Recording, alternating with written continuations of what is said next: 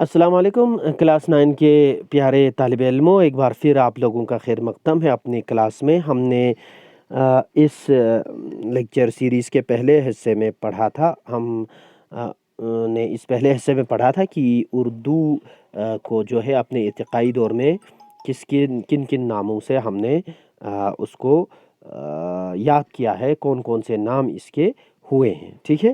تو ہم نے دیکھا کہ اردو جو ہے وہ ہندوستان کی واحد ایسی زبان ہے جو سارے بر صغیر میں بولا جاتا ہے، لیکن اس کے علاقائی لہجے بھی ہیں، اور جب ہم اردو زبان کی بات کرتے ہیں تو اس کے ہم سٹینڈرڈ ورژن کی یعنی معیاری زبان کے ہم بارے میں بات کرتے ہیں۔ تو اردو نے اپنے ارتقاء کے دور میں مختلف نام اختیار کیے ہیں۔ تو پہلے اس کو ہندی کہا گیا یا ہندوستانی کہا گیا، اس کے بعد جو ہے زبان ہندوستان بھی کہا گیا اور ریختہ بھی کہا گیا۔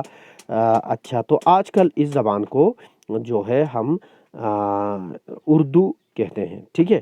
تو اردو جو ہے وہ صحیح معنوں میں ایک مخلوط یا ملی جلی زبان ہے، کیونکہ اس میں بہت ساری زبانوں کے الفاظ شامل ہیں۔ برصغیر میں مسلمانوں کے آمد کے بعد عربی، فارسی، ترکی اور بعض مقامی بولیوں کے میل جول اور ہندو اور مسلمانوں کی سماجی اور معاشرتی ضرورتوں کے پیش نظر یہ زیادہ ابھر کر سامنے آ گئی، ٹھیک ہے۔ چونکہ جب ہندوستان میں مسلمانوں کی حکومت شروع ہوئی، خاص کر مغلوں کی، تو یہاں پر کیا تھا، فارسی سرکاری زبان تھی، لیکن عام لوگ تو فارسی میں بات نہیں کر پاتے تھے۔ اچھا، اس میں یہاں پر بہت سارے باہر کے لوگ بھی آ کر بس گئے تھے، جیسے ترکی، افغانی وغیرہ، کسی کی زبان فارسی، کسی کی زبان اردو، اور ہندوستان میں رہنے والوں کی زبانیں جو ہیں عام طور پر سنسکرت سے نکلی ہوئی جو زبانیں تھیں وہ تھیں، جس میں کھڑی بولی اور دوسری جو زبانیں ہیں وہ تھیں جو ہندی سے نکلی ہوئی پراکرت جن کو کہتے ہیں۔ ان زبانوں کا یہاں پہ جو ہے بول بالا تھا، ہر ایک علاقے میں الگ الگ ایک پراکرت جو سنسکرت سے نکلی ہے، سنسکرت سے ابری ہے، وہ جو ہے بولی جاتی تھی۔ تو اب ان سب لوگوں کو ایک دوسرے کے ساتھ جب بات چیت کرنے کی ضرورت محسوس ہوئی تو کیا ہوا، ہر ایک زبان سے ان میں جو ہے کچھ نہ کچھ خصوصیات، کچھ نہ کچھ الفاظ جو ہے وہ ملتے گئے اور ایک مخلوط زبان بنتی گئی، ٹھیک ہے۔ اچھا، تو مسلمانوں سے کچھ عرصہ پہلے جدید آریائی زبانوں کی ابتدائی صورتیں نمودار ہوئی تھیں، لیکن ان کی کوئی خاص اہمیت نہیں تھی۔ جو سنسکرت زبان ہے وہ ٹوٹ کر اس کے ابھرنش اور اس سے مختلف چھوٹی چھوٹی زبانیں بن گئی تھی جنہیں پراکرت کہا جاتا تھا، ٹھیک ہے۔ اچھا، تو مسلمانوں کے گہرے تہذیبی اثرات نے ان زبانوں کی ترقی کے امکانات کو زیادہ روشن کیا۔ بقول ایک مشہور ماہر زبان ڈاکٹر سینتی کمار چیٹرجی، اگر مسلمان ہندوستان نہ آتے تو جدید ہند آریائی زبانوں کے ارتقاء میں 1000 سال کی تاخیر ہو جاتی۔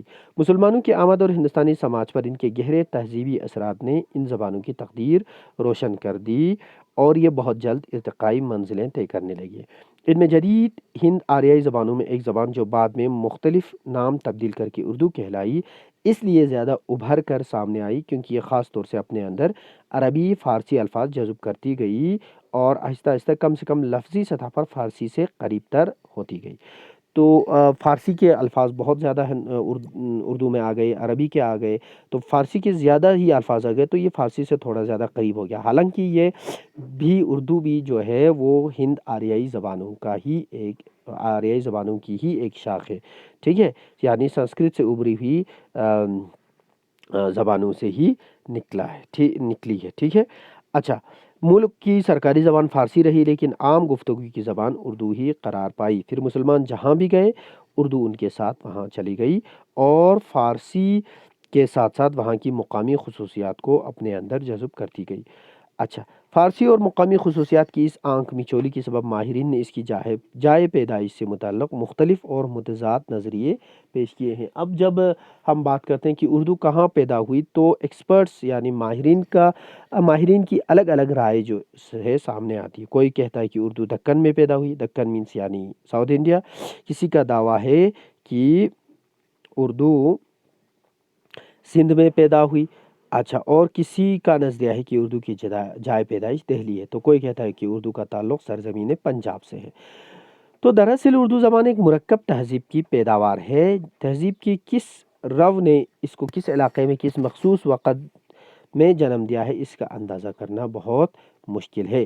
اس لیے کہ اردو محض ایک زبان کا نام نہیں بلکہ ایک تہدار مشترکہ تہذیبی رنگا رنگی کا نام ہے۔ تو ایسا ہے کہ زبانیں جب بنتی ہیں تو ایسا نہیں ہوتا کہ ایک فکسڈ ڈیٹ کو کوئی زبان بن گئی، ایسا نہیں ہوتا۔ مثلا کوئی کتاب ہم لکھیں یا کوئی فلم بنے تو ہم کہہ سکتے ہیں کہ اس ڈیٹ کو یہ فلم لانچ ہوئی تھی یا یہ کتاب لکھی تھی، لیکن زبان کے معاملے میں ایسا نہیں ہوتا، ٹھیک ہے۔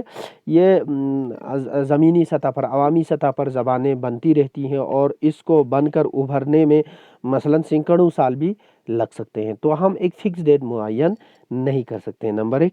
دوسری یہ جو ہے زبان جو کسی خاص ایک مخصوص علاقے میں ایسا نہیں ہے کہ بن جائے، مثال ایک خاص علاقے میں، ٹھیک ہے، کہ ایک چھوٹے سے علاقے سے بن جائے کہ ہم کہہ سکیں کہ بس یہیں سے زبان شروع ہوئی تھی پھر پھیل گئی تھی، ایسا نہیں ہوتا۔ یہ زبان جو ہے کافی وسیع علاقے میں لوگوں کے استعمال کی وجہ سے جو ہے بنتی بگڑتی اور نئی شکل اختیار کرتی رہتی ہے۔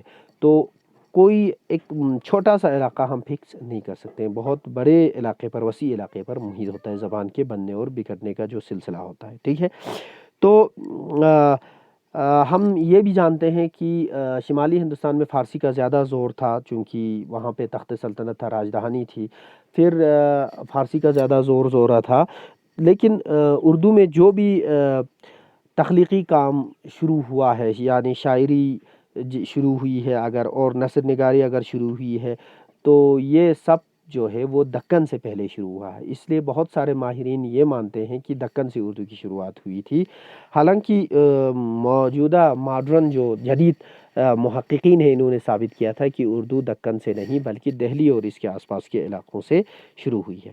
تو چلیے آگے اس کے پڑھتے ہیں۔ تو اردو کی جائے پیدائش کے سلسلے میں جیسے اوپر بہت سارے نظریے دیے نا، ان میں سے مندرجہ بالا نظروں میں آج کل جو نظریہ زیادہ اہم اور عام اور قابل قبول ہے وہ یہ ہے کہ اردو دہلی اور اس کی گرد و نواح میں پیدا ہوئی۔ یہ نظریہ پروفیسر مسعود حسین خان نے اپنی کتاب مقدمہ زبان اردو میں پیش کیا ہے۔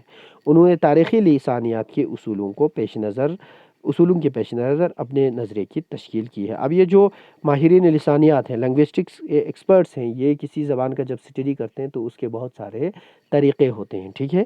ایک ان میں سے طریقہ ہے تاریخی لسانیات کا طریقہ، اوکے، ہسٹوریکل لنگوسٹکس، یعنی لینگویج کی، کسی لینگویج کے ہم ہسٹری کو جانتے ہیں اور پھر دیکھتے ہیں کہ کتنے زمانے میں کسی لینگویج میں کیا کیا چینجز آئی، کون کون سے الفاظ کہاں سے آئی، اس طریقے سے ہم اس زبان کے الفاظ کے یا اس کے گرامر کے تاریخ کو پیچھے تک کھنگالتے ہیں، کافی پیچھے زمانے سے ہم اس کو اسٹڈی کرتے ہیں، تو اس سے پتہ چلتا ہے کہ کہ یہ زبان کہاں سے بنی اور کیسے بنی۔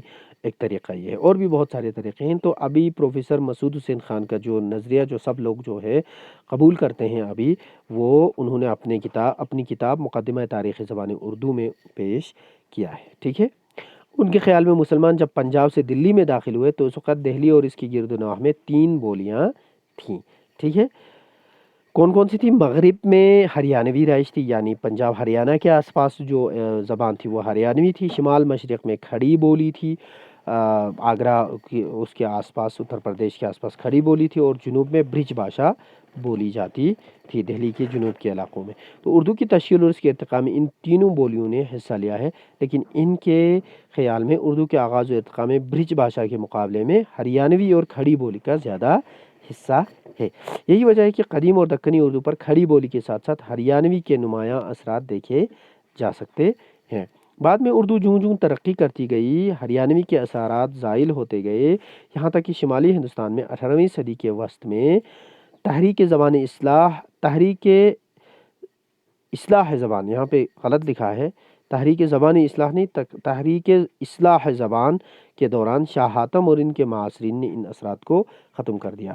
یعنی 18ویں صدی میں ایک تحریک چلی تھی کہ اس کو اردو کو صاف کیا جائے، مطلب اس کو اصلاح کی جائے، تو اس وقت ہریانوی بولی کے جو اثرات تھے وہ کافی حد تک ختم ہو گئے، اور اس وقت فارسی کا اثر جو ہے تھوڑا سا اردو پر زیادہ ہونے لگا تھا۔ لیکن آج کل جو ہم اردو بولتے سمجھتے ہیں اس میں فارسی کے الفاظ کے ساتھ ساتھ عربی، ترکی اور اس کے علاوہ انگریزی کے الفاظ بھی شامل ہیں، اور اس کے علاوہ جیسے ابھی کہا گیا کہ برج بھاشا اور کھڑی بولی کے کا زیادہ اثر دیکھا جاتا ہے، اور ماہرین کا ماننا ہے کہ اردو میں کھڑی بولی کا بہت زیادہ اثر ہے۔ اردو کی جو ابھی خد و خال ہے، جو شکل ہے، وہ کھڑی بولی کی دین ہے، ایسا ماہرین مانتے ہیں۔ تو ڈیئر اسٹوڈنٹس، اس سے آگے جو سوالات ہیں انہیں آپ حل کیجئے، اور اس کے جو نوٹس ہیں وہ میں آپ کو گروپ میں شیئر کر دوں گا، حل کر کے آپ انہیں دیکھ لیجئے گا، انہیں پرکھ لیجئے گا۔ اوکے، تو اگلے کلاس تک کے لیے میں آپ سے اجازت چاہتا ہوں۔ خدا حافظ۔